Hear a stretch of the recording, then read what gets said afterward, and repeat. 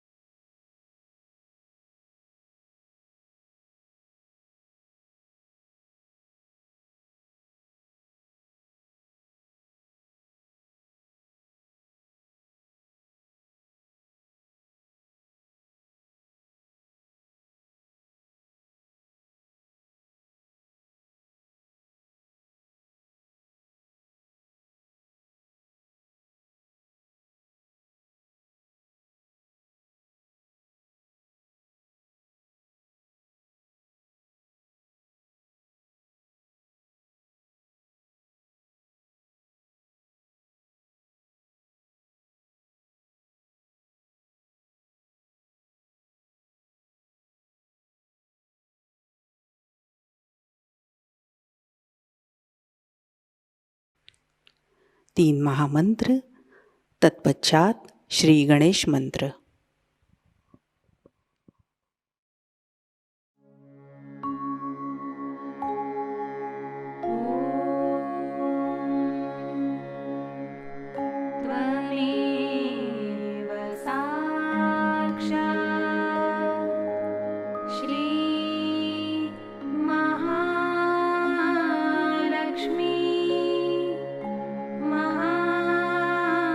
सरस्वती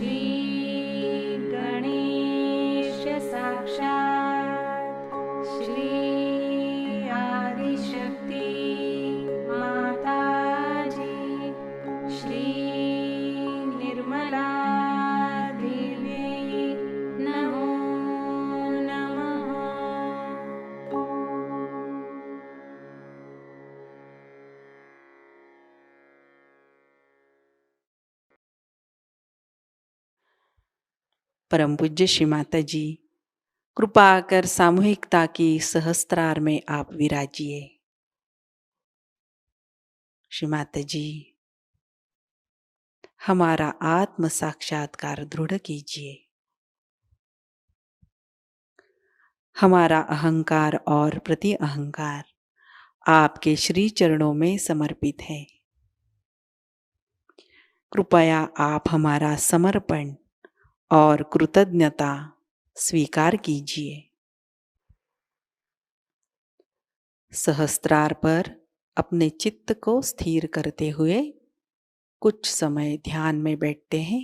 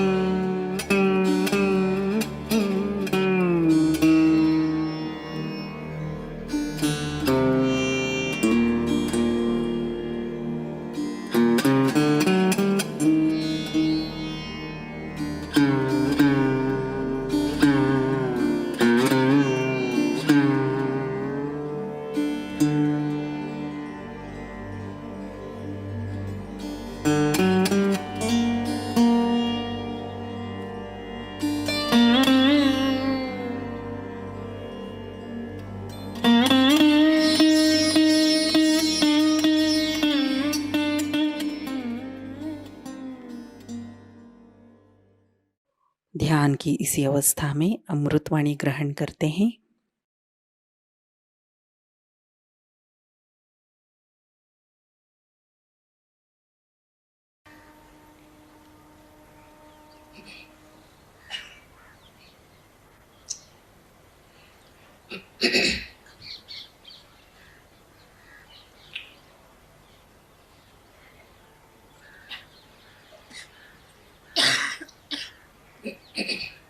आज हम सत्य युग में शक्ति की पूजा करें, क्योंकि सत्य युग की शुरुआत हो गई है और इसी वातावरण के कारण शक्ति का रूप भी प्रखर है। शक्ति का पहला स्वरूप है कि वो प्रकाशमान, तेजस्वी, तेजपुंज। ये शक्ति जब प्रकट होगी पूर्णतया इस सत्य युग में, तो हर एक गलत किस्म के लोग सामने उपस्थित हो जाए, उनकी सारी कार्रवाइयां सामने आ जाए, उनकी जो कार्य प्रणाली आज तक चोरी छुपे चल रही थी और उसमें वो मगन थे, वो सब खुल गया। हर तरह की बुराइयां, वो चाहे नैतिक हो, चाहे मानसिक हो, आतंकवादी हो या किसी तरह की भी, सत्य को पसंद न, ऐसी कोई सी भी संस्था, ऐसी कोई सी भी व्यवस्था बच नहीं सकी, क्योंकि उस पर सत्य का प्रकाश पड़ेगा। इस सत्य के प्रकाश में आप एक शक्ति की विशेष प्रकृति देखिएगा, उसकी एक विशेष आकृति देखिएगा। कारण मैंने आपसे पहले बताया था कि अब कृतयुग शुरू हो गया और इसके बाद सत्ययुग आएगा, और ये भी बता दिया था कि सत्ययुग का सूर्य क्षितिज पर आ गया। इसकी प्रचिति आपको मिली, इसका प्रूफ आपको मिली कि सत्य के मार्ग में जो भी असत्य लाएगा वो पकड़ा जाएगा। फिर वो सहयोगी क्यों ना, वो अपने को सहयोगी कहलाता है और गलत काम अगर करता है तो वो बच नहीं सकेगा। उसको आज तक सत्य ने बताया, बचाया, संभाला, उसकी रक्षा की। लेकिन अब इससे आगे उसमें शक्ति नहीं, सहज में वो शक्ति नहीं है कि वो सत्य के आगे ऐसे लोगों को बचा सके जो सत्य का तमगाले कर सके। सत्य में सबसे बड़ी शक्ति आपसे मैंने कल ही बताया था कि प्रेम की, परसों प्रेम की शक्ति सबसे बड़ी। प्रेम का मतलब अहंकार रहित, किसी अपेक्षा के बगैर, किसी भी एक्सपेक्टेशन के बगैर प्रेम का अव्याहत साम्राज्य फैलाना,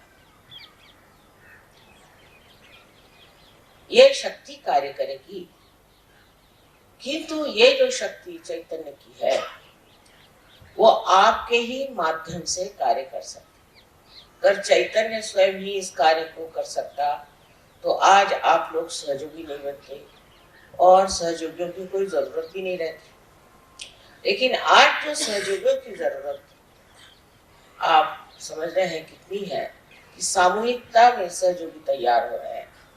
इसका कारण यह है कि चैतन्य का वहन, उसका चैनल आप लोग।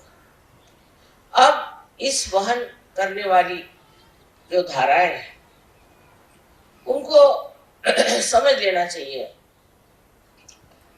कि आपको किसी भी गलत काम की ओर नजर तक नहीं उठाना चाहिए, क्योंकि आप स्वयं शक्ति से संचालित हैं। आप में हर तरह की शक्ति वहन हो रही है, तो वही शक्ति आपको शक्तिवान, बलवान, हर तरह से समृद्ध और स्वस्थ बना सकती है। आपको और किसी चीज का आलंबन करने की जरूरत है। जैसे ही आप दूसरे किसी चीज का आलंबन करेंगे आप गिर जाएंगे। जैसे मैंने देखा है कि बड़े बड़े लोग होते हैं जो अपने को बड़े कहलाते हैं, वो खबर भेजेंगे कि हमें माँ से मिलना है, हम उनसे स्पेशली मिलना चाहते हैं। कोई स्पेशल विशल होते नहीं है, पर हमको मिल। अब मना करो तो लोग कहते हैं माँ वो बहुत सताए, तो मिल ही लीजिए उनसे। अब सब गिड़गिड़ाहट कहते हैं अच्छा भाई, 3 बार कहेंगे वो आने वाले हैं, वो आने वाले हैं, सब कुछ उसके इश्तहार लग जाए और वो आएंगे, पार हो जाएंगे और ठीक भी हो जाएंगे। उसके बाद वो पूछेंगे भी नहीं, क्योंकि वो समझते नहीं कि सत्य की शक्ति कितनी जबरदस्त है। एक बार अगर आप समझ में आ गए तो बेहतर है कि आप समझ में उतर जाए, नहीं तो बचत नहीं है। हर बार इंसान यही सोचता है कि मेरा क्या फायदा, समझ में आने से मेरा लड़का बीमार है तो मेरी लड़की बीमार है, तो मेरा फलाना है तो ठिकाना है, तो मेरे पैसे गायब हो गए, तो इनकम टैक्स आ गया, फलाना हो गया, ठिकाना। लेकिन ये सब आफतें जो है ये एक साथ आपकी टल है। सबसे पहले तो मनुष्य में अगर समाधान भी नहीं आया तो सहज बेकार हो जाए। अब समाधान जब आ जाता है बस बहुत हो गया, अब नहीं चाहिए। कोई गलत काम करने की जरूरत नहीं, कोई से भी ऐसा काम करने की जरूरत नहीं कि जो हानिकारक हो समाज को, दूसरों को, आप्तेष्टों को, किसी को भी हानिकारक कार्य करना सहज के बाद फलित नहीं हो सकता, उसका नुकसान उठाना। हमने देखा बात शुरू में बहुत से सहज में ऐसे लोग आए, रुपया बनाया, पैसा बनाया, झगड़े किए, लड़ाई करी, ये करा वो करा, इसके सिवा और कुछ किया नहीं सर, फिर खत्म होगा। क्योंकि सहज की शक्ति ऐसी है कि ऐसे लोगों को पार ढके, फिर वो ठीक होकर के वापस आ जाए तो दूसरी बात। जैसे समुद्र में दो शक्तियां होती है, एक शक्ति से तो बाढ़ आती और एक से जो है समुद्र पीछे जाता है। इसी प्रकार इस सत्य की शक्ति है जो स्पंदित। स्पंद का मतलब होता है जो एक बार आकुंचित होता है और एक बार पूरी तरह से खुल जाता है, उस हृदय में ही स्पंद होता है। आदि शंकराचार्य ने वाइब्रेशंस को स्पंद कहा। स्पंद का मतलब है जो एक बार आपको उठाएगा वो दूसरी बार आपको गिरा भी सकता है। ये मैं आपको डराने नहीं पर सूचना दे रही हूं कि अब अपना वर्तन हमको ऐसा करना चाहिए जिससे हम सहज में अग्रसर हो सके। मैंने परसों कहा था कि नॉर्थ इंडिया में सहयोग बहुत जोरों में फैला है, बहुत जोर, हर जगह जैसे आग लगी हो, लोग सहज में आ रहे हैं क्योंकि सहज से लाभ बहुत है।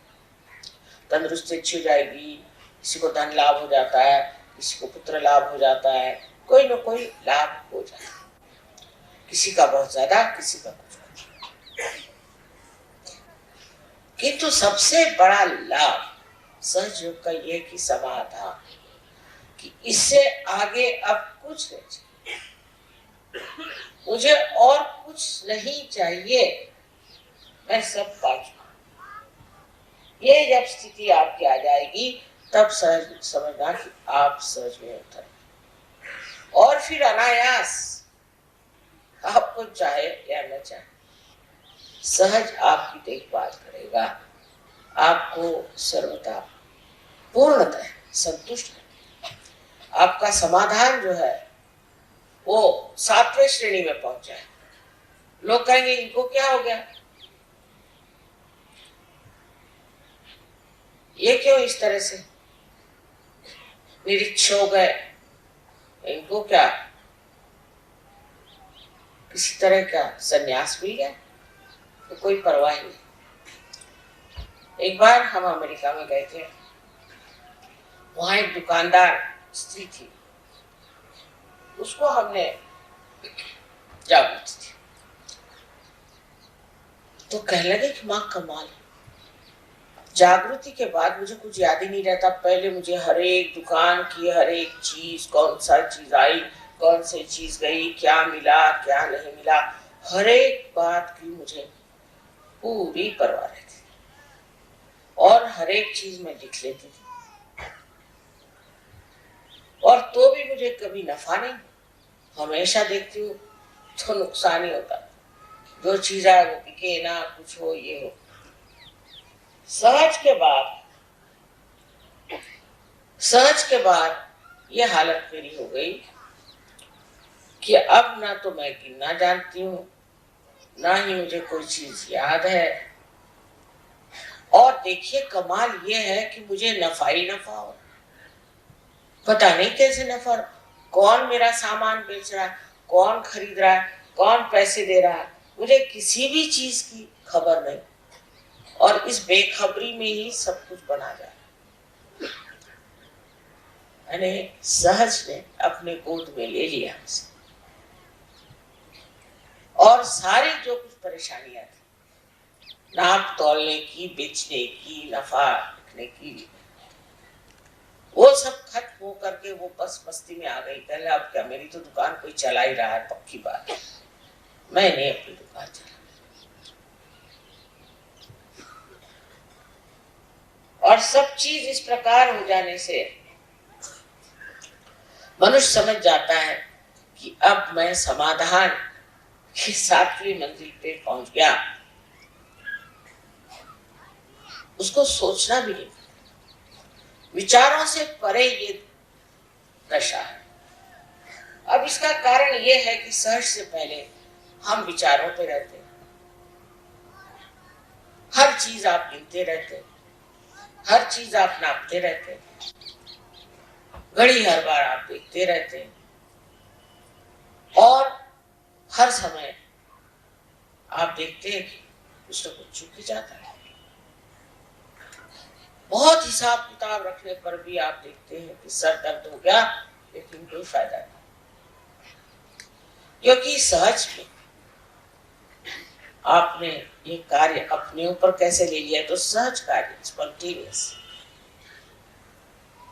सहज में सब चीज एकदम सहज हो जाती है। ये आपको धीरे धीरे तो अनुभव आते रहेगा, लेकिन सहज पे निर्भर हो जाना, ये शक्ति आज सत्य युग में कार्य कर रही है। जिस दिन आप पूरी तरह से सहज में निर्भर हो जाए, तो सारा ही कार्य, सारा ही आपका जीवन ही सुचारू रूप से पूरी तरह से प्लावित हो जाए, और आपको किसी भी प्रकार की दखल लेने की जरूरत नहीं। एक बार हमारे यहाँ चोरी हो गई, हमारी सब साड़ियां चोरी हो गई।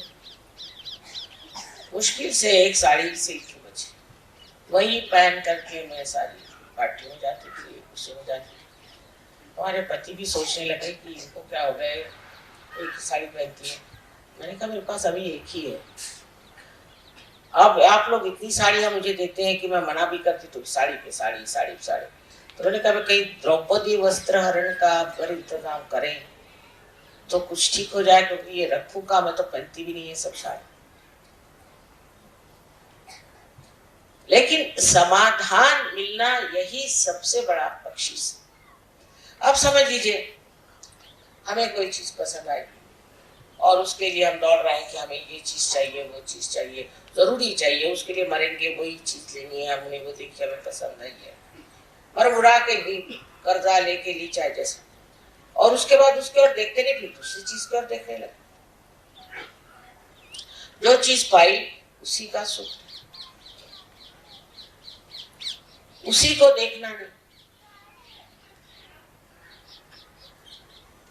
आजकल इतने सुंदर फूल खिले हुए दिल्ली शहर में, मैं वही रास्ते पर देखने आ रही थी, इतने सुंदर फूल खिल रहे हैं पेड़ों पर। आप में से न जाने कितनों ने देखे हैं कि नहीं देखे। अब ध्यान का, ध्यान आपका कर अपने आत्मा पर है, तो आत्मा वही चीज दिखाए जो सुखदायी है, जो आनंददायी है, और उसमें फिर स्वार्थ असल में पाया जाता है, क्योंकि जिसमें आप स्व का अर्थ जानते हैं। कैसे शब्द लगाए देखिए, अपने जो बड़े पुरखे हो गए पूर्वज, उन्होंने ढूंढ ढूंढ के शब्द लगाए कि तुम स्वार्थ ढूंढो। स्वार्थ का माने स्व का अर्थ, पहले लोग सोचते स्वार्थ का मतलब पैसे कमाओ, ये करो, वो करो, वो करो, पर उसमें सुख नहीं मिला। जब खोजते खोजते आप पगले हो जाएंगे, तब फिर आप सोच के और दौड़े। इसलिए उनका पहले तू स्वार्थ खोज, इसमें तेरा क्या स्वार्थ है वो देख, इसमें तेरा कौन सा फायदा है। सहज धारा में जब आप बैठे, तब इस सत्युग में आपको जान लेना चाहिए कि आपको जो संभालने वाला है, देखने वाला है, उसके करोड़ों हाथ और उसके आंचल में आप चले गए। अब क्यों गलत काम करो, क्यों ऐसी वैसी बात करो जिससे कि आप पकड़ में आ जाए और बेकार में परेशान हो जाए। और अगर आप किसी चीज में पकड़ में आ भी गए तो वे ऐसे छूट गए।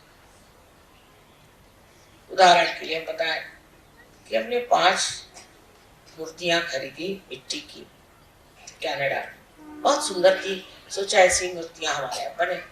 अब सिर्फ मिट्टी की मूर्तियां 5 तो हमारे कस्टम वालों ने उसके दाम 18,000 लगा दिए। मुझे बड़ी हंसी आई कि मिट्टी की मूर्तियों की 5 की क्या दाम 18,000 हो सकता है क्या? 18 रुपए भी नहीं होगा। मैं हंसती रही। तो पुलिस वालों के पास खबर गई तो वो भी हंसने लगे। लड़का देखिए क्या तमाशा है, इसके दाम 18,000 हो सकते हैं। और वाकई में वो सब छूट गए क्योंकि गलत चीज में पकड़ा उन्होंने।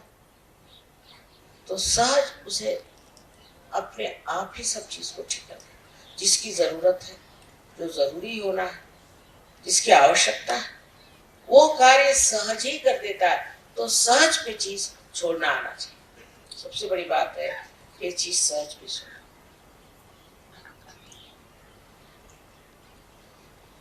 बहुत सी बातों में हम देखते हैं कि लोग बेकार में परेशान, बेकार में परेशान, और इस परेशानी का मतलब ये है कि अभी वो सहज। तो एक तो इस सत्य युग में जो शक्ति का स्वरूप है वो प्रकाश, और दूसरा सत्य, तीसरा प्रेम, और चौथा मनश्शांति। आप मन की शांति को प्राप्त करें। जो भी होता उसे आप देखते हैं। अगर कोई आदमी विचलित होता है तो वो सहज ही नहीं। आपने कितनों के नाम सुने होंगे, सोक्रेटिस का नाम सुना होगा, ये हजरत निजामुद्दीन साहब का सुना होगा कि इनको तो यह हुआ था कि कल आकर के हमें हमारे सामने सर न झुकाओ तो हम तुम्हारी गर्दन काट देंगे। तो उस शहंशाह की ही गर्दन कट दी। वो किसने काटी? उन्होंने थोड़ी काटी, उनके शिष्यों ने थोड़ी काटी। किसने काटी? किसी ने तो काटी होगी। इस प्रकार हर चीज सहज में, मैंने कहा कि 2 तरफा चलती, जैसे समुद्र में बाढ़ भी आती है और संकुचित भी हो जाता है, उसी प्रकार सहज में भी आप 2 शक्तियों के द्वारा देखे जाते हैं। पहली शक्ति से बढ़ावा और दूसरी शक्ति से आपको निकाल दिया जाता है। एक बार सहज से आप निकल गए तो फिर हमारा आपका कोई सरोकार नहीं, हमारे ऊपर आपका कोई अधिकार नहीं। कोई भी आपको अगर हमारे पर अधिकार जताना है तो पहले सहज में घुल मिल लेना चाहिए। जैसे सुवर्ण है, तब करके जब वो कुंदन हो जाता है तो उस कुंदन में ये शक्ति आ जाती कि वो हीरे को पकड़ लेता है। कुंदन में जब आप हीरा बिठाते हैं तो उसके लिए कोई भी ऊपर से टांका लगाने की जरूरत नहीं, कोई चीज से पकड़ जरूरत नहीं। वो कुंदन, इतनी मुलायम चीज कुंदन, वो पकड़ लेता है हीरे को। हीरे से बढ़ के और कोई कठिन चीज संसार में। इसी प्रकार आपका भी कुंदन हो सकता है, और वो कुंदन में आप देखेंगे कि आपके अंदर समाधान की शक्ति है। समाधान में विचार नहीं, विचार से परे, सहयोग से आप बुद्धि से परे, भावनाओं से परे, गुणातीत एक ऐसी दशा में है जहां कोई विचार नहीं, कोई विचार। आप किसी के तरफ देख करके उस पर कोई विचार नहीं करते, देख के। ये विचार करने की, जिसको रिफ्लेक्शन कहते हैं, जो कुछ बात हुई फौरन विचार शुरू, किसी चीज को दिखा तो विचार शुरू। लोग पगला जाते हैं विचार करके। एक साहब ने मुझे स्विट्जरलैंड में कहा कि माँ चाहे मेरी गर्दन काट दो, मेरे विचार के तूफान से मुझे बचे। वो डॉक्टर थे। तो ये जो विचार हमारे अंदर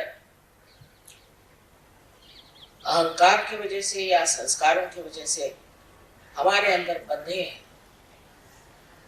और उसको बांधने वाले और भी बहुत लोग हैं। किताबें पढ़ो, कहीं कोई गुरु के यहाँ कर जाओ, किसी से मिलो जुलो, बातचीत करो, वाद विवाद करो। रामदास स्वामी ने कहा है, मिटे वाद संवाद ऐसा करा, जिससे तुम्हारा वाद विवाद का स्वभाव ही बदल जाए, ऐसी बातचीत करो। माने वाद विवाद मत करो। ये बात बिल्कुल सही कि हम लोग सहज में आते हैं तो भी हर एक चीज का हम विचार करते हैं, लेकिन सहज का चमत्कार हम जानते नहीं कि जब हमने अपने को सहज के हवाले कर दिया, पूरी तरह से हम सहज के हवाले हो गए, तो विचार भी सहज ही करेगा और सहज ही उसका हल भी करेगा, जो हम नहीं जानते, पर प्रश्न हमारे चारों तरफ। अब आज मैंने कहा था, समझ लीजिए 3 बजे, तो मैं जानती थी सब लोग घर गृहस्थी के लोग हैं, 3 बजे कैसे पहुंच पाए। देरी होने वाली, उसमें कोई हर्ष नहीं, आराम से आए, आराम से चलो। बहुत बार आदमी सोचता है कि मेरा रास्ता भूल गया,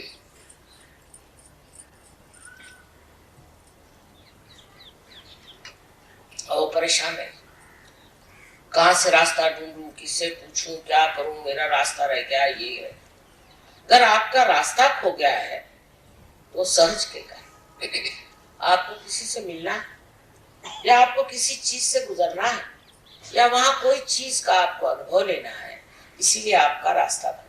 उसकी चिंता करने कौन सी बात। आखिर आप करने क्या वाले, कोई लड़ाई है, युद्ध है, वहां जा रहे हैं, और युद्ध में भी अगर सहयोगी इच्छा है तो वो युद्ध तो जीत लेंगे, लड़ेंगे बढ़ेंगे कुछ।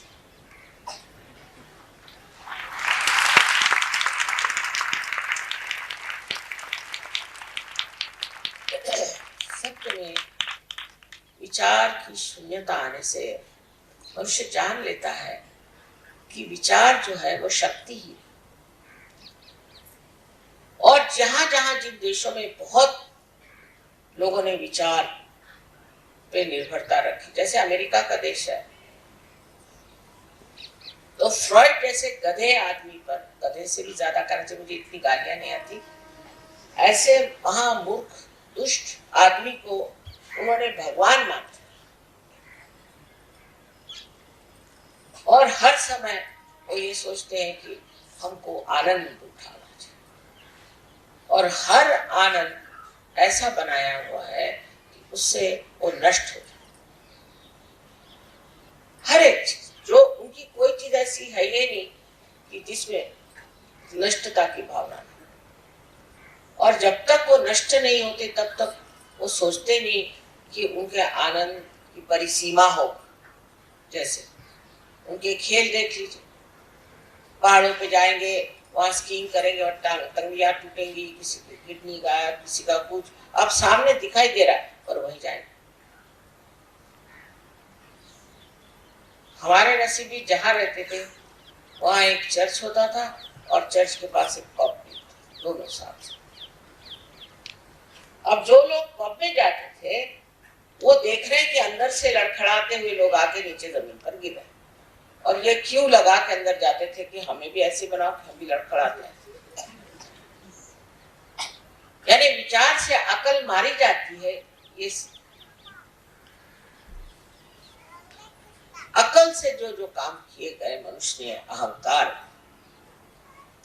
वो सब गलत हो गया। इसी से उनका भोग हम लोग उठा रहे हैं।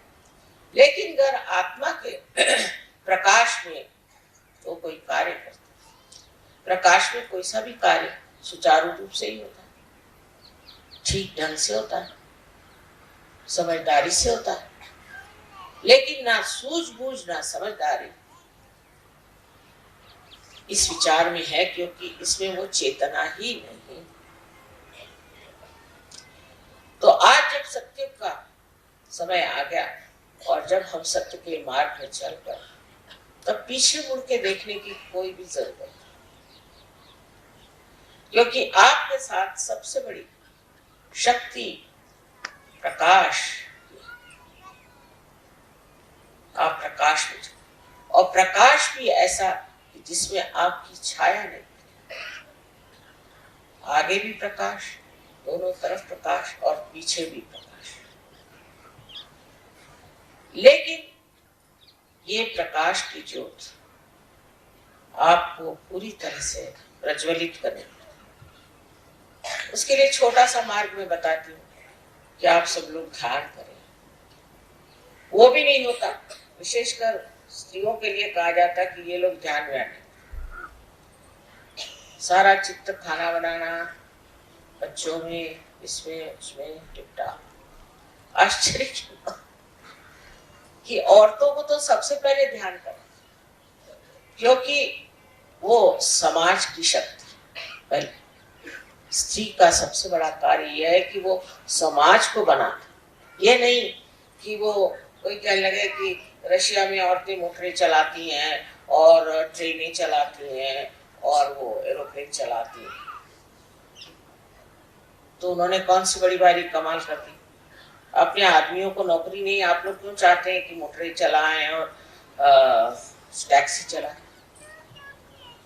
आपका कार्य समाज को सुव्यवस्थित करना, समाज को आपको मानना है, बनाना है, और उसके लिए एक समाधानी नीति, एक सूझबूझ होनी चाहिए। और इस सूझबूझ के साथ एक स्त्री के लिए विनम्रता होनी चाहिए। नम्रता स्त्री में नहीं हो तो वो मर्द हो गई। वो अगर हावी हो जाए और हर चीज में वो सोचे कि मुझे आदमी से मुकाबला करना है, तो गलत बात है। ये भी कोई मुकाबला करने की चीज है? आप स्वयं शक्तिशाली हैं, आपको क्या जरूरत है किसी का मुकाबला करने?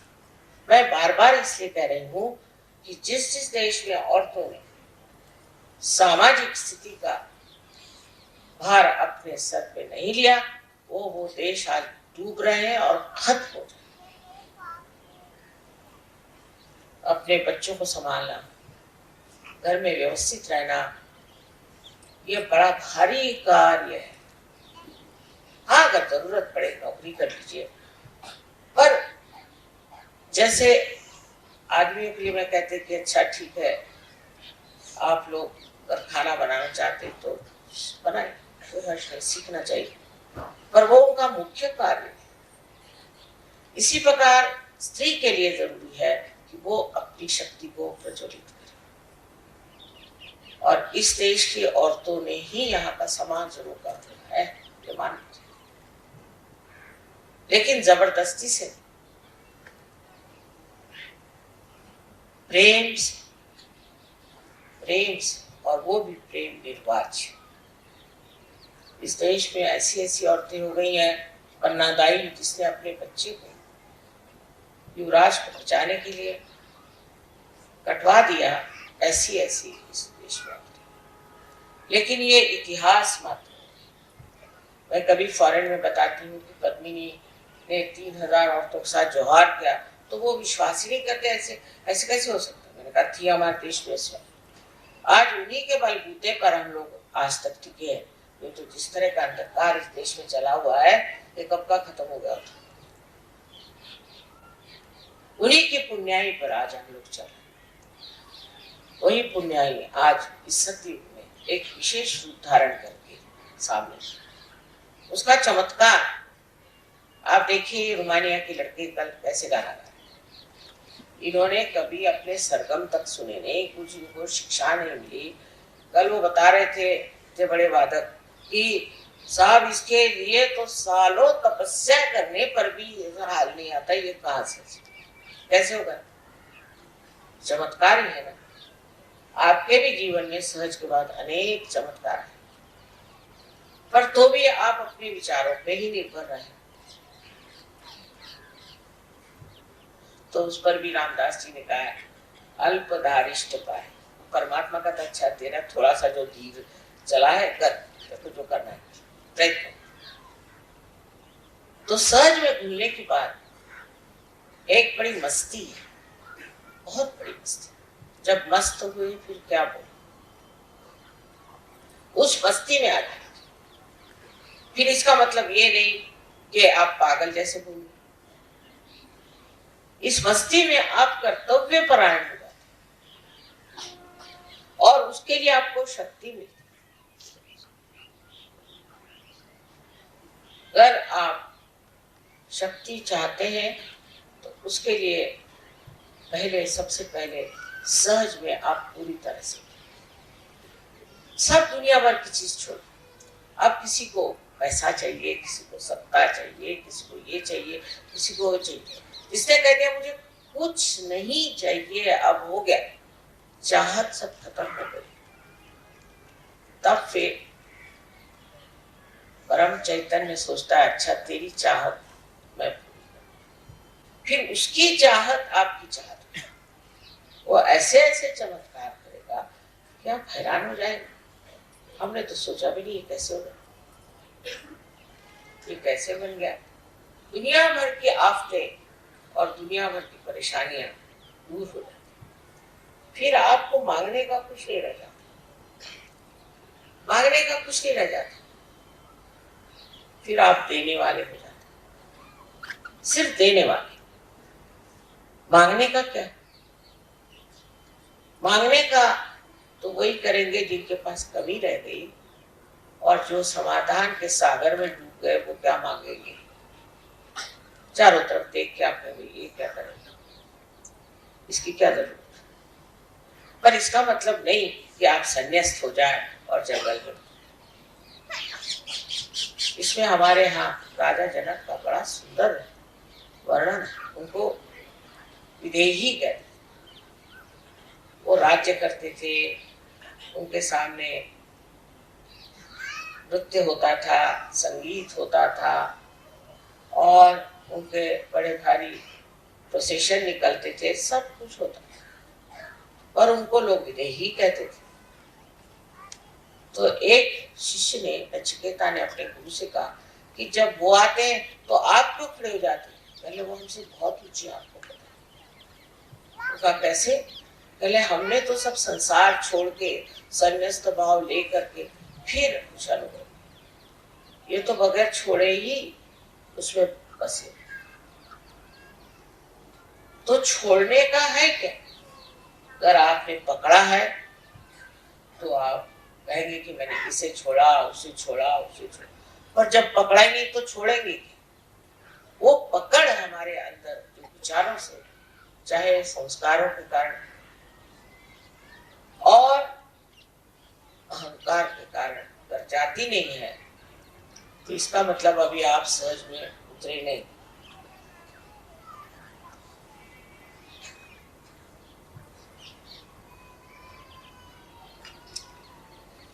किसी भी चीज की पकड़ तभी होती है जब उस चीज को हम इतना महत्वपूर्ण समझते हैं। आत्मा की कोई पकड़, देने वाला, वो तो प्रकाश चारों तरफ फैलाने वाला है, वो शक्ति देने वाला, ऐसी शक्ति कि उस शक्ति से लोग अभिभूत हो जाए, पूर्णतया उसमें एकाकारिता प्राप्त, इतना प्रेम, इस सब संघर्ष खत्म। एक साहब मुसलमान अल्जीरिया के थे, तो उनके माँ बाप ने कहा कि हम हज करने जा रहे हैं, तो कहले कि लंदन जाओ। तो लंदन कैसे? क्या तो हज तो लंदन में आ गया। तो अच्छा, हाँ कहले वहीं जाकर के तो मैंने पाया, वो लंदन आए दोनों मियाँ बीवी, और कहने हमारे लड़के ने बताया कि हज लंदन आ गया, तो हम तो यहाँ चले आए। अब ये समझ और बूझ की बात उस एक लड़के में आई, और उसके माँ बाप ने कहा कि हम तो आ गए। तो मैंने कहा कि तुमने उसकी बात क्यों मान ली? कहले बहुत ही समझदार लड़का, उसमें इतना परिवर्तन हो गया कि हमें विश्वास ही नहीं होता कि कैसे ऐसे हो गया लड़का। इतने लोग हज में जाते हैं और कुछ नहीं होता उनमें, जैसे कि वैसे। शराब पी रहे थे तो शराब पीते हैं, बीवी को मारते तो बीवी को मारते हैं, जो करते थे वही करते रहते। और ये एक लड़का हमने देखा, इसमें बड़ा परिवर्तन आ। तो हमने कहा ठीक हो सकता है कि हज का भी परिवर्तन अब लंदन में हो गया, और इसीलिए हम लंदन आ गए। अब ये माँ बाप के ऊपर असर है, ये दूसरी शक्ति है सत्य की। सत्य इतना प्रकाशवान, बलवान और इतना प्रेममय होता है कि उसका असर बहुत लोगों को, और लोग उसे देख करके कहते हैं कि भाई ये आदमी कौन, ये ऐसे कैसे हो गया। हमारा सहयोग इतना फैला नहीं था महाराष्ट्र में। एक साहब सहज में बड़े जब, अब नहीं रहे हो, तो वो कलेक्टर की कोई बात काम होगा कलेक्टर के ऑफिस में, वो आराम से बैठे, कोई कहे हमें जाना, पहले उनका जाओ जाना, बैठे आराम से। उसके बाद उनको अंदर बुलाया, तो कहा भाई तुम इतने आराम से बैठे हो, करना क्या? सबको जल्दी थी, मुझे कोई जल्दी नहीं, मैं बैठा था आराम से, ध्यान लगा। महाराष्ट्र में तो गुरु की बड़ी महत्ता। कहले आपके गुरु कौन? कहले वो मैं नहीं बता, नहीं बताना ही पड़े। फिर जब वो घर गए तो उनके पीछे पीछे 4-5 लोग लगे, उनसे कहा बताइए आपके गुरु कौन है, नहीं तो हम आपको छोड़े। तब फिर उन्होंने मेरा नाम वो फिर सहयोग में आया। जब मैं वहां गई रावरी में, तो देखा कि आग लगी हुई थी। बहुत मैंने कहा इतने लोग सहयोग में कैसे आए? एक आदमी की वजह से, एक आदमी के चरित्र की वजह से, उसके बर्ताव की वजह से। कोई देखने में बड़े खूबसूरत नहीं थे उससे, पर उनकी जो तेजस्विता थी, उस तेजस्विता से उन्होंने चमका दिया। तो ये भी कहना आज कि हम क्या कर सकते हैं, ऊपर से सब सड़ गया देश, उसमें सत्यानाश हो गया, खराबी। एक आदमी अगर अच्छा आ जाए, मैंने आज सवेरे ही कहा था कि दुनिया झुकती है, झुकाने वाला चाहिए। फिर आप इतने लोग अगर झुकाने वाले हो जाएं तो और क्या चाहिए। लेकिन पहले इसका एहसास होना चाहिए कि आप सत्य युग में बैठे और सत्य की शक्ति आपके पास चलती, कोई किसी चीज की गरज ही नहीं है, सब चीज अपने आप घटित हो जाए। किसी को समझ ही नहीं आता कैसे हो जाता। कल मैंने 10 मिनट पहले बताया कि भाई मैं खाना यही खा लूंगा, घर तो अब जा नहीं सकते क्योंकि कव्वाल लोग बैठे हैं। और 10 मिनट में देख के क्या चूल्हा भी लगा है, चीजें भी बन रही, वो लोग खुद हैरान हो गए कि माँ 5 मिनट पहले लोग यहाँ, और ये सब हो कैसे गया, कुछ समझ में नहीं आया। स्पॉन्टेनियस उनका नाम, मैंने कहा वही हो गया स्पॉन्टेनियस। कैसी कौन सी चीज हो जाए एकदम से,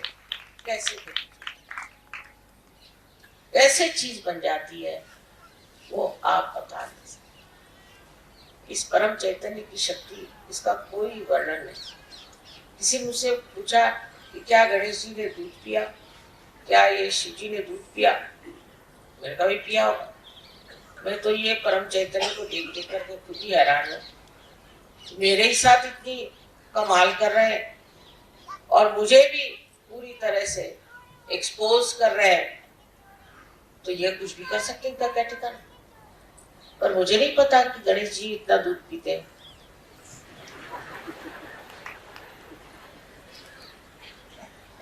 बहरहाल, तो अब चीज पे आश्चर्य करने के सिवाय और कुछ रह गया। जैसी जैसी बातें हो रही हैं आप देख रहे हैं, उस पर भी आप अपने ऊपर निर्भर है तो ठीक है, चल ले। आप मान लीजिए कि आप सत्य युग में उतर आए और ये शक्ति 1000 तरह से आपको प्रकाशित करेगी, 1000 तरह से। न जाने कितने आपके अंदर के गुण खिल सकते हैं और आप सिर्फ एक शब्द जो शिरडी साईनाथ ने कहा था कि सबूरी की जरूरत है, पर ये सबूरी भी सोच समझ के नहीं, अच्छा सबूरी करो ऐसे कहने की जरूरत नहीं। ये सबूरी जो है ये एक स्थिति है, उसमें सब कुछ आता, एक स्थिति है। उस स्थिति में अगर आप उतर गए तो किसी को कहने की जरूरत नहीं, किसी को बताने की जरूरत नहीं, वो अपने आप ही सब कुछ घटित हो। ऐसी ऐसी बातें कि जो सोच भी नहीं सकते ऐसे घटित हो। इसके अलावा एक बात और विशेष कि आप इस भारतवर्ष में पैदा, बहुत बड़ी बात, पूर्व जन्म के अनेक अनेक पुण्यों के कारण ही इस योग भूमि में आप, और इसी में सत्युग पहले आएगा और दुनिया देखेगी कि सत्युग क्या चीज है, इसका चमत्कार।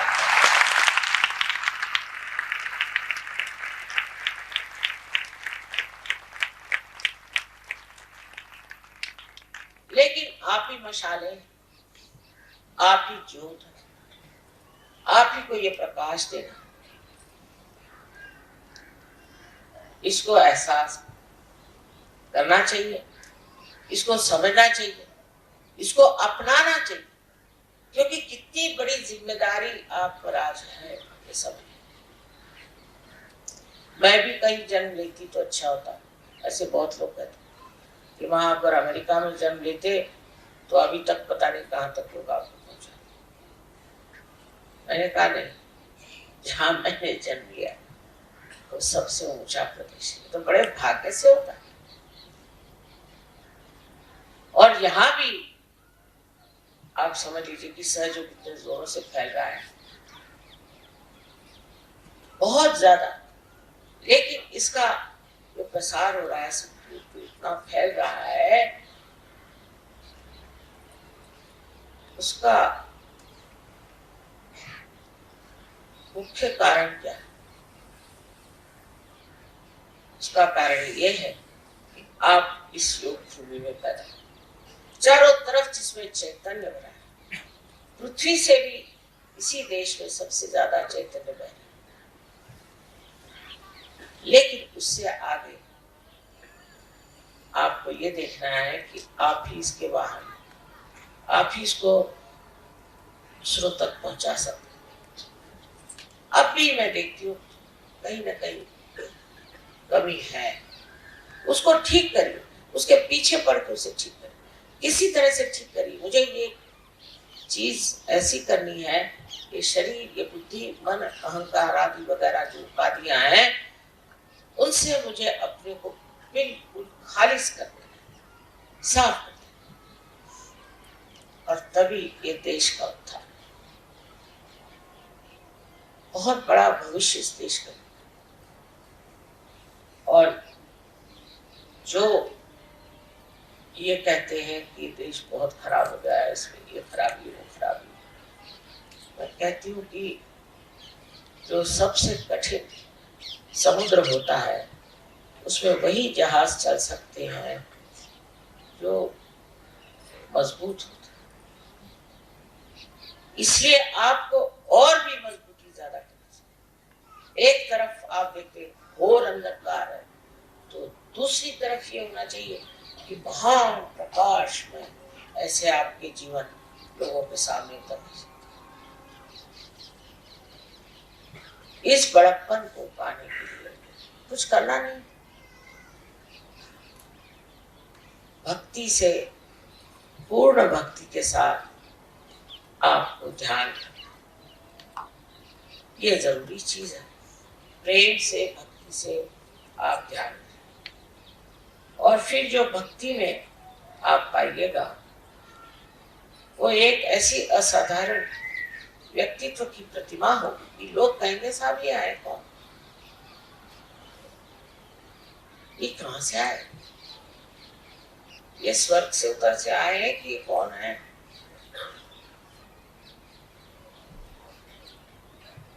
यही आज क्षमता आप रखते हैं, यही आपका पोटेंशियल है। आप समझ लीजिए कि आपके अंदर कितना गौरवशाली जीवन उमला रहा है, उसे जताइए। सब दुनियादारी को छोड़िए। उसके पास मोटर है तो मेरे पास मोटर नहीं, उसके पास फलानी मोटर तो मेरे को क्या करने का है, इसमें क्या रखा है। आपको आश्चर्य होगा, मुझे तो मेरे मोटर का नंबर नहीं मालूम, वो तो छोड़िए, मुझे उसका कलर भी नहीं मालूम, मुझे उसका मेक भी नहीं मालूम, वह रुपया भी नहीं गिन सकती। पर मुझे आप 10 रुपए दे दीजिए तो शायद गिन लूं, पर 100 रुपए देंगे तो गिन नहीं सकता। मैं बैंक का चेक नहीं लिख सकती, कुछ नहीं कर सकती, बिल्कुल निष्क्रिय, कोई भी कार्य नहीं कर सकती और सारा कार्य हो रहा है। देखिए आप लोग आप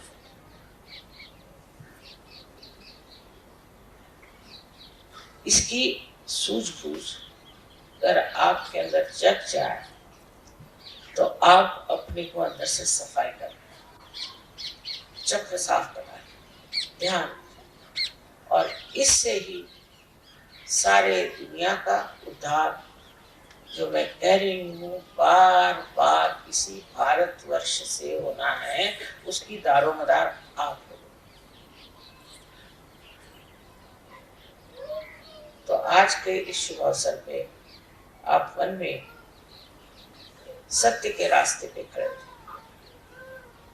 सब देखिए कितना चमत्कार।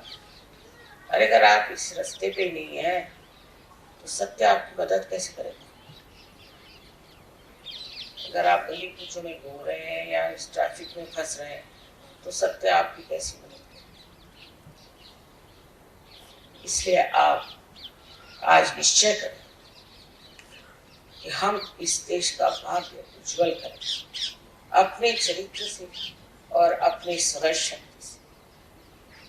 इतना अगर आप अपने अंदर संभाले और सारी गलत बातें छोड़, अब हम जैसे बहुत सारा सामान लाए, सबको प्रेजेंट देने थे, सब सहयोगियों को प्रेजेंट अधिक, तो कस्टम वालों को दिखाई नहीं, उनको दिखाई नहीं दिया कुछ, वो सोचते कुछ है ही नहीं।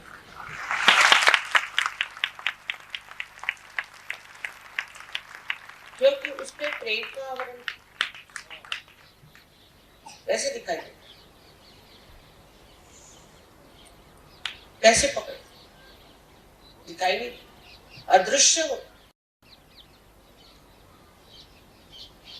क्योंकि इतने प्रेम से परदेसी भाई आपके लिए कुछ सामान लेके आए, तो इसमें कस्टम क्या देना। प्रेम का कोई कस्टम होता है, कोई व्यापार करने तो आया नहीं है। और देखिए कि कमाल है, और वो बड़े विश्वास के साथ हमें मालूम है, कस्टम वाले देखते ही नहीं, वो दिखाई नहीं देता क्या होता है पता नहीं। एक देवी जी ने यहाँ ऐसी एक चांदी की थाली ली, तब चांदी एक्सपोर्ट अलाउड नहीं था। उसको नहीं मालूम, बेचारे फॉरेनर्स को, यहाँ के तो रोज ही लॉज बदलते रहते। तो उसने चांदी की थाली अपने बक्से में रखी और ले जा रही थी क्योंकि पूजा है। तो कस्टम वालों ने खोला, ऊपर ही मेरा फोटो था, तो उन्होंने नमस्कार करके बंद कर दिया।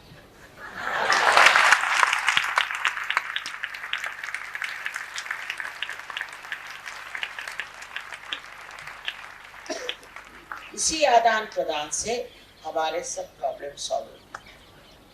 अब वो कहते हैं कि यहाँ वीजा नहीं देंगे, तो ये कहेंगे हम भी नहीं देंगे, तुम इतना रुपया लोगे तो हम भी इतना रुपया लेंगे। ये सब खत्म हो जाएगा, एक दिन ये सब खत्म होना है, क्योंकि सब हम एक ही, ये सारा विश्व एक है।